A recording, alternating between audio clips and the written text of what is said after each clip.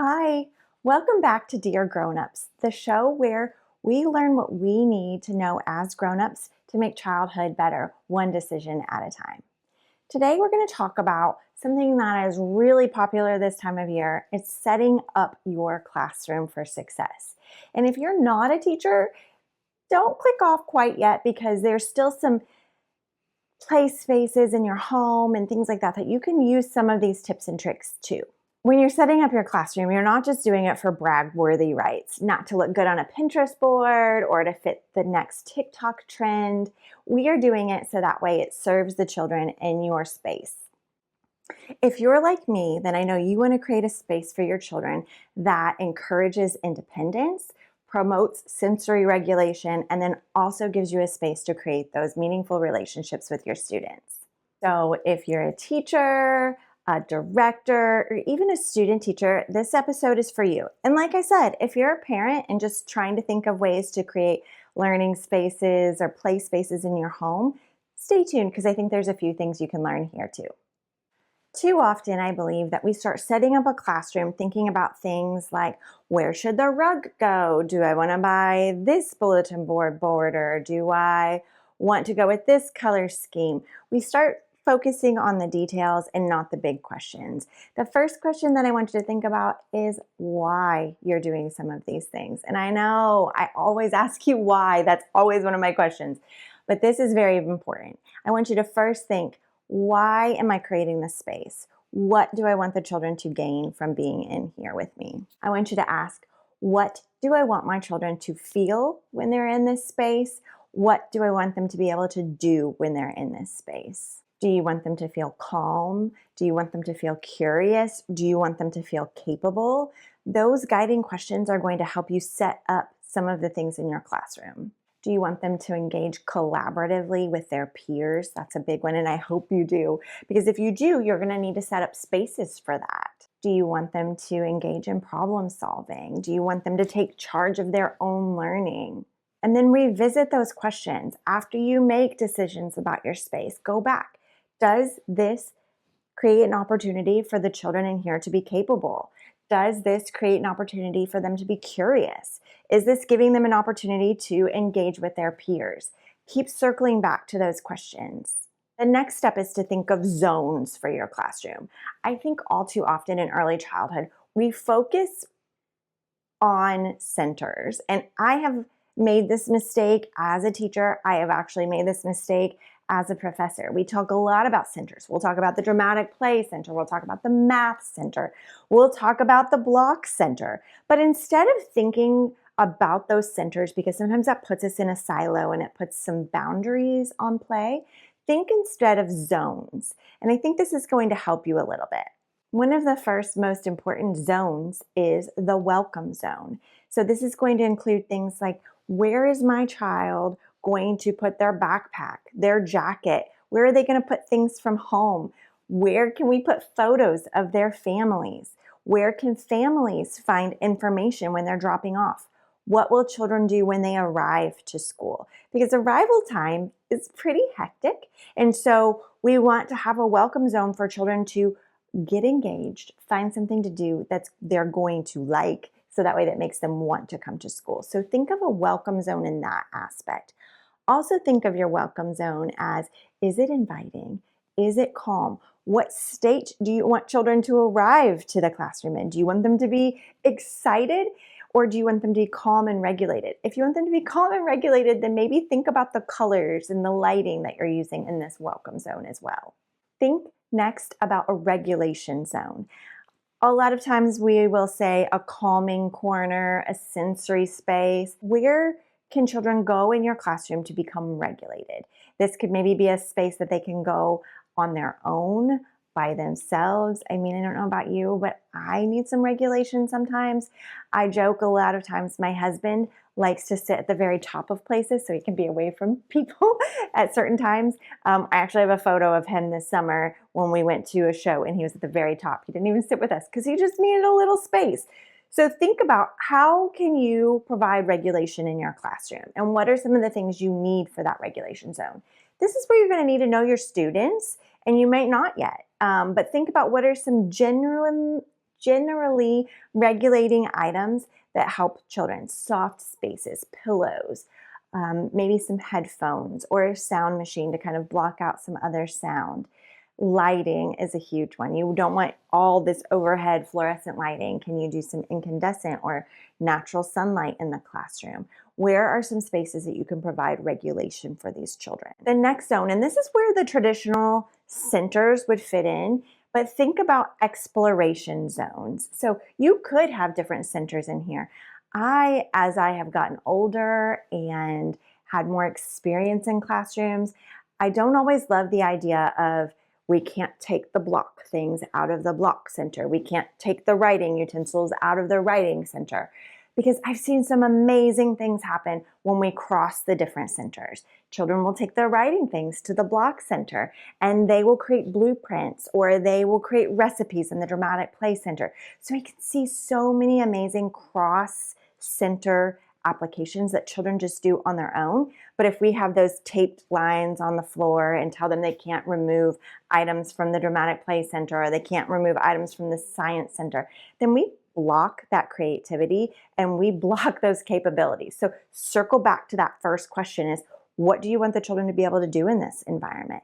Do you want them to be capable? Do you want them to be curious? And that's going to help you decide the routines that you create around these exploration zones. But these exploration zones also need to be things that are appropriate for their age, that are safe for them, that are things that young children their age like to do. You want to organize the materials, so bins that are labeled, so that way they can become independent and clean up and putting things away. Also, so they know where to find items that they need. But open shelves, labeled items, accessible materials in your exploration zones. And you're going to have to teach children how to use these, because a lot of times they haven't been given this freedom to explore materials. So provide that explanation before they get there. And one of the last zones you need to think about is a care zone. We are educarers. We provide all of the care for children when they're in our service. So think about things like snack or meal times. Where's that going to happen? What do we need for that? Hand washing, bathrooming, where for children to go when they're sick, where to go when they're hurt. Think about where those zones are going to be and how you're going to set those up. And then circle back to all of those things and think about, what zones do these children need my help with?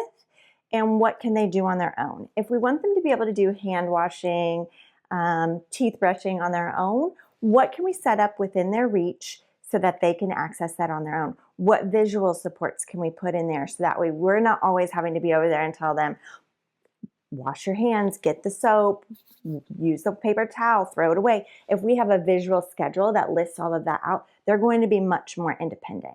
So to circle back, we're going to think about welcome zones. We're going to think about regulation zones, because we want everybody to be in a regulated state, ready to learn, whether that's either calmed or whether that's brought to the excitement of things. And then we want exploration zones. So in that, you can think about your different centers. And centers are important to think about too, because you want to make sure you're hitting all of those different types of learning. So a dramatic play center, a building center or block center, writing center, art, science, reading, a library center, science and math, did I say that? Sensory center, like a sensory table. So think about all of those centers, because they're all kind of hitting different needs and different academic skills even for children. And then lastly, care zones. What are you going to supply? What do you need to get yet for those care zones? My next suggestion when setting up your classroom for the beginning of the school year is less is more. And that almost sounds counterintuitive. It seems like you'd want to have all of your ducks in a row before the school year starts. And you do for things like your care zone, your welcome zone. But as far as things like your exploration zone and your regulation zone, think about simplifying for now. Think about the things on your wall, simplify. Your color schemes, simplify. There's a lot of research out there about the colors that we use in our classroom and how it compares to things in the business world. Back in the day, they used to use a lot of primary colored things, brightly colored things. And what we know is colors like reds and yellows, those are very alerting colors, which is good for sometimes, but it doesn't make us want to spend a lot of time in that space. Think about McDonald's back in the day. The goal was they used red and yellow because we wanted people in and we wanted people out. We wanted to sell more Big Macs to people in a shorter amount of time. So we didn't want them sticking around for very long. Then things changed and we've created McDonald's that look more homey, with some have fireplaces, some are more neutral colors, because we found out the longer we can get people to stay, our menu has gotten longer. We can get them to have a McCafe. We can get them to have an ice cream while they're here too. We want our classrooms to be a place where children want to spend time in. We want it to be pretty neutral. We want to think about things like ambiance, the lighting, the smells, the sounds in the classroom. So you can think about all of those things when you're creating your space. You probably do want to have carpets because you want to have a soft place to sit. Carpets absorb some sound. Curtains absorb some sounds. Think about the things you put on the walls. There's all sorts of things on Teachers Pay Teachers that you can print and you can laminate. What's their purpose? Before you put up that alphabet line at the very tippy top of your border of your classroom, think about, can children even see that? Are they using it? Is it a tool? Sit on the floor where they're going to be sitting and see what they see, because that's their eye level view. It's much more important to put things on the classroom walls that the children created themselves. So save some space for children's artwork, their writing, documentation, things that you've taken photos of them doing that you can put on the wall that the children can look at and reflect, and that helps further their learning too. So use your classroom wall space purposefully. Look at it and think, does this have a purpose, and is the purpose for the children in the classroom? When you're putting out materials in the beginning of the year, less is more also, because you're teaching those routines of how to use the materials and how to put them away. You don't want to put out all of the paint at the beginning of the year because you haven't talked about proper procedure on how to squirt the paint on their palette, how much to use, how to clean up if they have a spill. You're just going to be creating some headaches for yourself. So less is more in the beginning, and it also creates less overstimulation for children too, the less decisions they have to make. And then once you get to know them, you'll know what materials to put in the space as well. Instead of setting up the space completely 100% perfect before the children get there, leave some space, leave some simplicity to help the children create the classroom environment with you. By involving the children and thinking about what are their interests, what are the things that I need to get for them, what are the books I need to have in my library for that specific child who's really excited about roller coasters.